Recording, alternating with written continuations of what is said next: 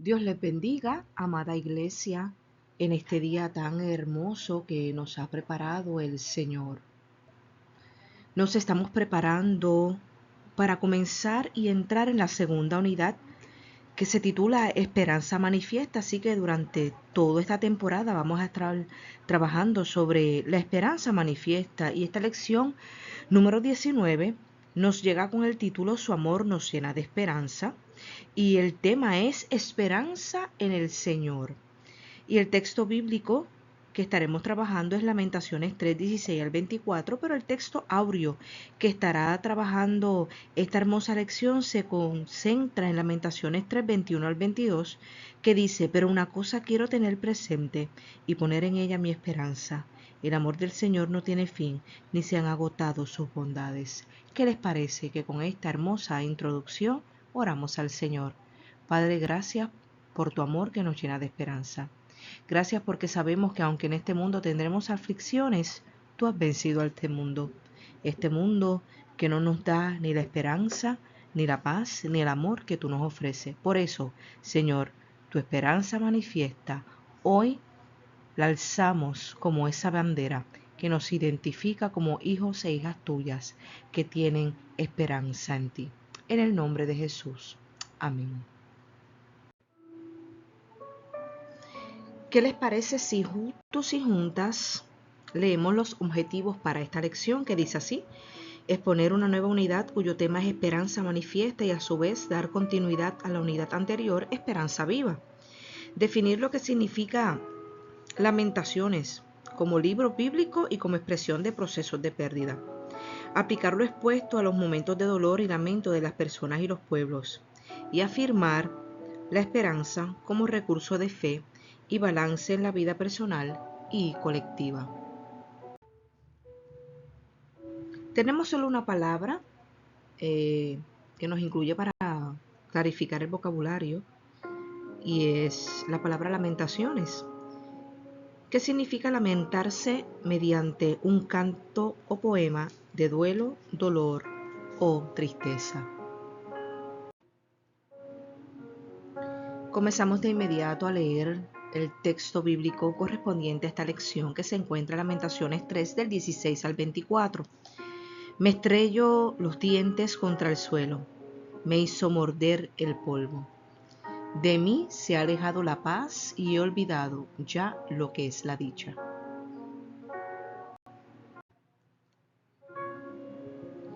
Hasta he llegado a pensar que ha muerto mi firme esperanza en el Señor. Recuerdo mi tristeza y soledad, mi amargura y sufrimiento. Me pongo a pensar en ello y el ánimo se me viene abajo. Pero una cosa quiero tener presente y poner en ella mi esperanza. El amor del Señor no tiene fin, ni se han agotado sus bondades. Cada mañana se renuevan.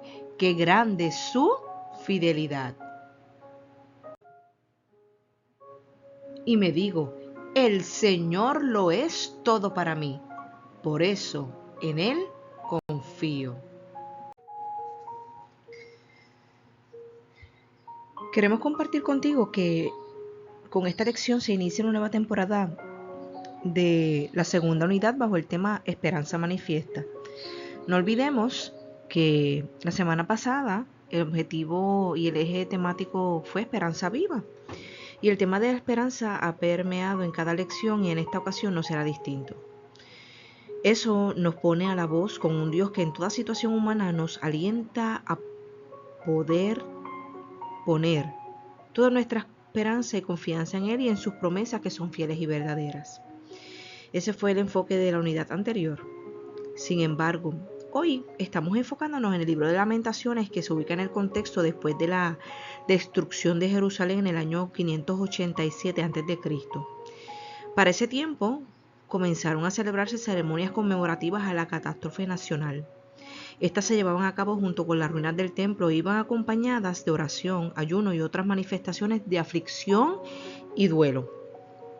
Como tanatóloga clínica, quiero decirte que todas nuestras expresiones de dolor y duelo son totalmente naturales y necesarias para poder pasar de la desolación a la esperanza. el expresar y dejar salir todo lo que tenemos en nuestro corazón es la capacidad que Dios nos da para poder sanar nuestro corazón, nuestro cuerpo y nuestra alma. Por eso la fe es una herramienta poderosa para poder superar todos nuestros duelos y poder tener esperanza en que los dolores de las pérdidas se pueden superar con la esperanza que tenemos en Cristo Jesús. De este modo, en el libro de Lamentaciones, haciendo estas manifestaciones de aflicción y duelo, se mantenían vivos a un mismo tiempo el recuerdo de aquel nefasto acontecimiento, pero la esperanza de la restauración anunciada por los profetas. Así vemos, ¿verdad?, cómo expresar el duelo también expresa y le da cabida a la segunda parte de la manifestación de nuestros sentimientos, que es la esperanza de la restauración a nuestros pesares y en nuestra vida. El libro de Lamentaciones guarda relación con la palabra hebrea kinot, término que designaba originalmente los lamentos o cantos fúnebres que se entonaban por una persona muerta, ¿verdad?, que se había ido, y que luego se aplicó también a poemas compuestos con ocasión de alguna catástrofe nacional. El poema de Lamentaciones emplea esta forma literaria, pero se le añade un contenido nuevo porque no solo expresa su dolor por la tragedia que puso fin a una etapa de la historia de Israel, sino que mantiene firme su fe y confianza en el Señor, sabiendo que es preciso, escucha bien, que es preciso esperar a veces en silencio. Eso se encuentra en Lamentaciones 3:26. Y Lamentaciones 3:50 dice: hasta que el Señor del cielo nos mire desde lo alto. La esperanza que Dios se meterá en nuestros duelos, nuestras preguntas, nuestros dolores. Y el aporte de Lamentaciones a la teología y la espiritualidad se resume en la confianza en Dios en medio del fracaso y del dolor, además de expresar en la oración con total sinceridad las amarguras y las preguntas más profundas del corazón. Todo lo anterior matizado con el tema de la esperanza manifiesta en la bondad y misericordia del Señor. Qué poderoso, ¿verdad, iglesia? Qué poderoso. Maravilloso sea el Señor. Quiero aplicar esta, ¿verdad? Lo que vamos a aprender es que el libro de Lamentaciones nos habla de la crisis por la cual estaba pasando el pueblo. Y el pueblo judío, después de la deportación, se quedó en un estado de agotamiento porque se quedaron sin tierra, se quedaron sin templo, se quedaron sin hogar, dejaron atrás familia. Y por eso en el texto hay una queja, no tanto, ¿verdad? No solamente es una queja individual, sino también es un lamento colectivo, donde empiezan a confabularse la esperanza, pero también el lamento. Porque aquí, en este libro, están dejando salir sus sentimientos de la pérdida de todo lo que están viviendo este pueblo, porque tenían una personalidad corporativa y estaban manifestando tanto su dolor por todo lo que habían perdido, pero también como pueblo todo lo que estaban perdiendo. Por eso en el texto se ve que había un dolor profundo, pero también había una esperanza colectiva que se estaba renovando después de haber pasado por lo más duro de la crisis. Otra forma de decir es la siguiente: en vez de la ciudad, habla un personaje anónimo. Y este personaje anónimo es solidario con el dolor y el pecado de los suyos. Es como si fuera otro Jeremías, que se sentía burlado, perseguido, encarcelado, condenado a morir en la mazmorra de la cárcel, pero esperanzado y dispuesto a aceptar sin violencia y por solidaridad el sufrimiento como castigo y paso a un nuevo tiempo de la conversión. Este capítulo, el capítulo de Lamentaciones, puede haber influenciado en la teología y espiritualidad de Isaías 50 y 53. En los versículos 16 y 18 de Lamentaciones predomina el lamento individual. Parece haber muerto toda esperanza y no quedar posibilidad alguna de paz y felicidad. Es obvio que asoma el tema de la esperanza, pero primero siente el que está, ¿verdad?, hablando por el pueblo. Primero nos deja ver que se siente rendido, con duda, y que a pesar de sentirse rendido, no, no deja que eso predomine su vida. Existe un texto en el Nuevo Testamento que guarda parecido con Lamentaciones, y es el pasaje en el cual Jesús se lamenta por Jerusalén, que está en Mateo 23, del 37 al 39, y aquí se anuncia la inminente destrucción de la ciudad que ocurriría en el año 70, décadas después de la muerte de Jesús. El lamento anticipado de Jesús por la ciudad en cuyas afueras fue crucificado responde a los dolores del presente, del pasado y las que habrían de venir.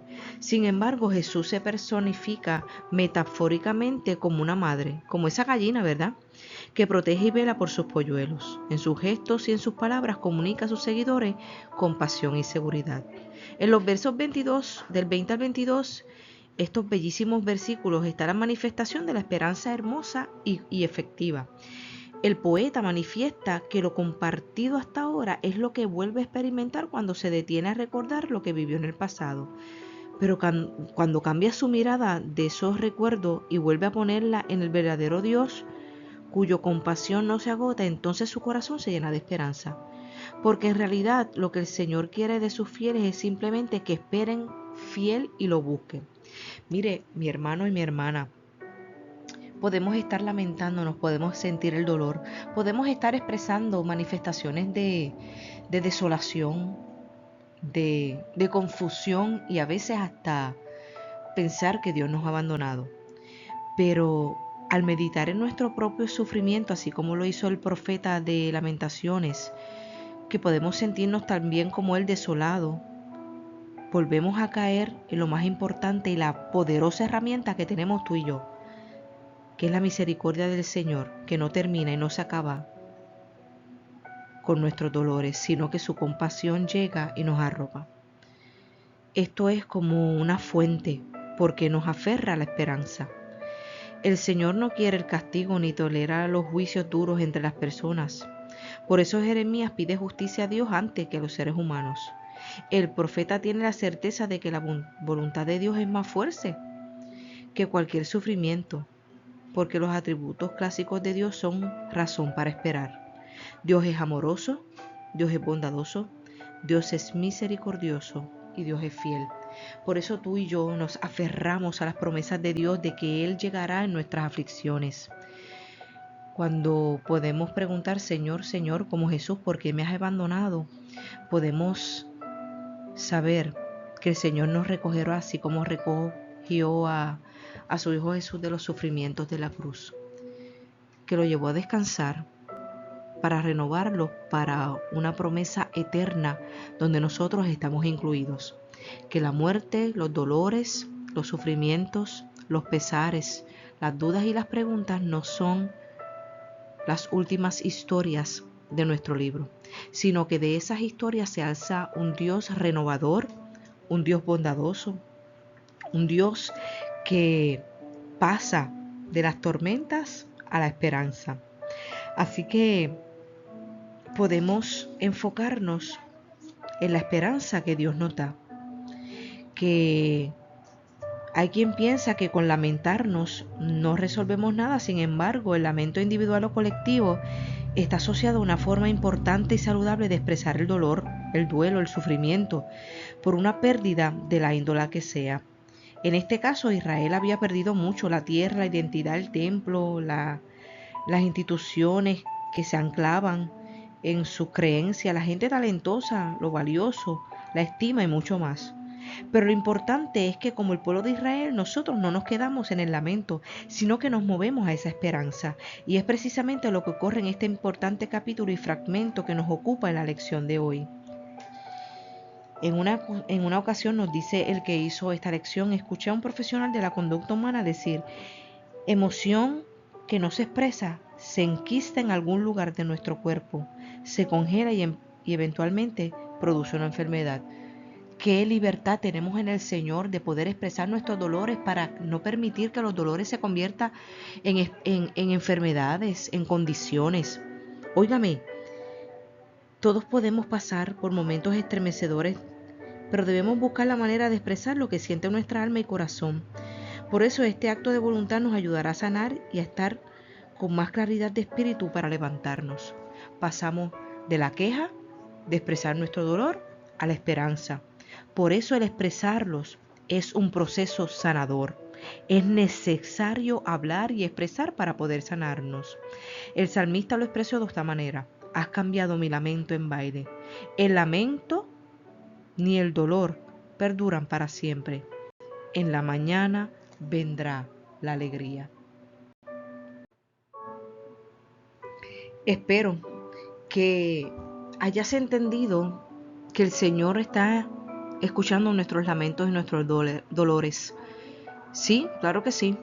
El Señor sabe que somos humanos y que como humano que fue Él, pudo entender que hay cosas que no entendemos y que el dolor va a llegar.